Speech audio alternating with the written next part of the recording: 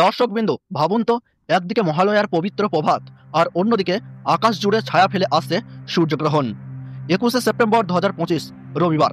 এই দিনটা কেবল ক্যালেন্ডারের আরেকটি দিনই নয়, এটা এক ভয়ঙ্কর কাকতাল, এক মহাজাগতিক খেলা যা যুগে যুগে রহস্যে ঘেরা। কেন মহালয়ার দিনেই সূর্যকে ঢেকে ফেলবে চন্দ্র? এটা কি নিছকই কাকতাল, নাকি লুকিয়ে আছে এর পেছনে অজানা মহাজাগতিক সতর্কবার্তা? অমাবস্যার অন্ধকার আর সেই সাথে গ্রহণের ছায়া, পুরাণে বারবার এমন ঘটনার সাথে জড়ানো হয়েছে অশুভ শক্তির জাগরণ। বিজ্ঞান বলছে এক কথা, অথচ বিশ্বাস বলছে আরেক কথা। ভারত ও বাংলাদেশ থেকে মানুষজন একসাথে এই দৃশ্য দেখতে পাবে, কিন্তু প্রশ্ন হলো, এই আংশিক সূর্যগ্রহণ আমাদের জীবনে কি বার্তা রেখে যাবে? মহালয়ার দিন সকালে দেবী দুর্গাকে আহ্বান করার সুর যখন বাতাসে ভেসে আসবে, তখনই আকাশে ঢেকে যাবে সূর্য।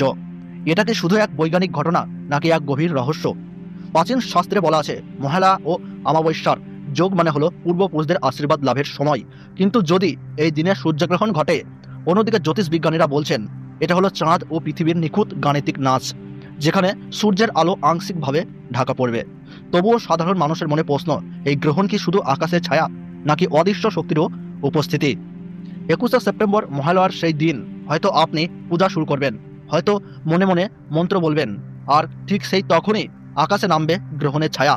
ইতিহাস সাক্ষী, যখনই পূজা পার্বণ ও গ্রহণ একত্রিত হয়েছে, মানুষের মনে জন্ম নিয়েছে হাজারো প্রশ্ন। তাহলে এই 2025 সালের মহালয়া কেবল দেবী আহ্বানের সূচনা, নাকি মহাজাগতিক এক অদ্ভুত সংকেত? বন্ধুরা, আপনি কি মনে করেন, এটা নিছক কাকতাল নাকি এক অশুভ সংকেত? আপনার মতামত অবশ্যই কমেন্টে জানান। ভিডিওটি শেয়ার করুন, কারণ এই ঘটনা শুধু বিজ্ঞানের নয়, এটা ইতিহাসের অংশ। আংশিক হলেও এই মহাজাগতিক দৃশ্য কাঁপিয়ে দেবে কোটি কোটি মানুষের কৌতূহল। দর্শকবিন্দু, এই সূর্যগ্রহণের সময়সূচি নেওয়া হয়েছে নাসার বৈজ্ঞানিক ডাটাবেস এবং স্বীকৃত পঞ্জিকা ও জ্যোতিষশাস্ত্রের নির্ভুল গণনা থেকে। এই বিরল মহাজাগতিক দৃশ্য ভারতবর্ষ ও বাংলাদেশের আকাশে কখন দৃশ্যমান হবে, আর আমরা জানবো কখন শুরু হচ্ছে এই গ্রহণ, কখন ঘটবে মধ্য পর্যায়, কখন শেষ হবে এই গ্রহণ, গ্রাসমান সহ সূতককালের সময় কখন থেকে আরম্ভ হচ্ছে। শুধু তাই নয়, গর্ভবতী মহিলা, শিশু এবং সাধারণ মানুষের উদ্দেশ্যে যে গুরুত্বপূর্ণ সতর্কবার্তা শাস্ত্রবিদরা জারি করেছেন, সেসব তথ্য আমরা আপনাদের জানাবো এই ভিডিওতে। তাই ভিডিওটি শেষ পর্যন্ত অবশ্যই দেখবেন। ভালো লাগলে একটি লাইক করবেন, আপনার মতামত কমেন্ট করে জানাবেন, বন্ধুদের সঙ্গে শেয়ার করবেন, আর সাবস্ক্রাইব করে আমাদের সঙ্গে যুক্ত থাকবেন। তাহলে চলুন শুরু করা যাক আজকের এই রহস্যময় মহাজাগতিক যাত্রা। সতর্ক হন, শাস্ত্রবিদদের মতে সূর্যগ্রহণের সময় গর্ভবতী মহিলা, শিশু ও সাধারণ মানুষকে থাকতে হবে বিশেষ সাবধানতায়। এই সময় অযথা বাইরে যাবেন না, ধারালো বস্তু ব্যবহার করা থেকে বিরত থাকুন, আর গর্ভবতী মহিলাদের জন্য বিশ্রামই একমাত্র সুরক্ষা। শিশুদের বাড়ির ভেতরেই রাখুন, কারণ গ্রহণের সময় প্রকৃতির শক্তি হয়ে ওঠে অস্বাভাবিক। সাধারণ মানুষকেও খাওয়া দাওয়া ও বাইরে ঘোরাফেরা এড়িয়ে চলার নির্দেশ দেওয়া হয়েছে। মনে রাখবেন, শাস্ত্রবিদদের সতর্কতা শুধু বিশ্বাস নয়, এটা প্রজন্ম থেকে প্রজন্ম চলে আসা এক অনিবার্য নিয়ম। ভারতীয় সঠিক সময়সূচি অনুযায়ী এই আংশিক সূর্যগ্রহণ শুরু হচ্ছে রাত্রি 11টায়, মধ্য সময় থাকছে রাত্রি 1:12 এবং গ্রহণ পুরোপুরিভাবে সমাপ্ত হচ্ছে 3:24। সূর্যগ্রহণ শুরু হওয়ার 12 ঘন্টা আগে থেকেই শুরু হয়ে যায় সূতককাল, অর্থাৎ ভারতীয় সময় অনুযায়ী সূতককাল শুরু হচ্ছে সকাল 11টায়।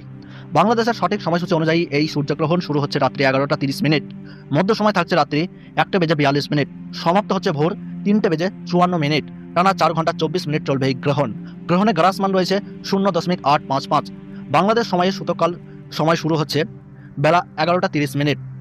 ভারতবর্ষ ও বাংলাদেশ থেকে এই গ্রহণ অদৃশ্য, তবে এই আংশিক সূর্যগ্রহণটি দক্ষিণ গোলকের বিভিন্ন অঞ্চলে দৃশ্যমান হবে, বিশেষ করে নিউজিল্যান্ড, অস্ট্রেলিয়া, আন্টার্কটিকা, দক্ষিণ প্রশান্ত মহাসাগরীয় দ্বীপপুঞ্জ, ফ্রেঞ্চ পলিনেশিয়া ইত্যাদি। বন্ধুরা, এই ভয়ঙ্কর কাকতাল মহালয়া আর সূর্যগ্রহণ নিয়ে আপনার কি মতামত কমেন্টে জানাতে ভুলবেন না। ভিডিওটি ভালো লাগলে লাইক দিন, আপনার বন্ধুদের সাথে শেয়ার করুন, আর সাবস্ক্রাইব করে পাশে থাকুন, কারণ সামনে আসছে আরও চমকপ্রদ মহাজাগতিক রহস্য। ধন্যবাদ।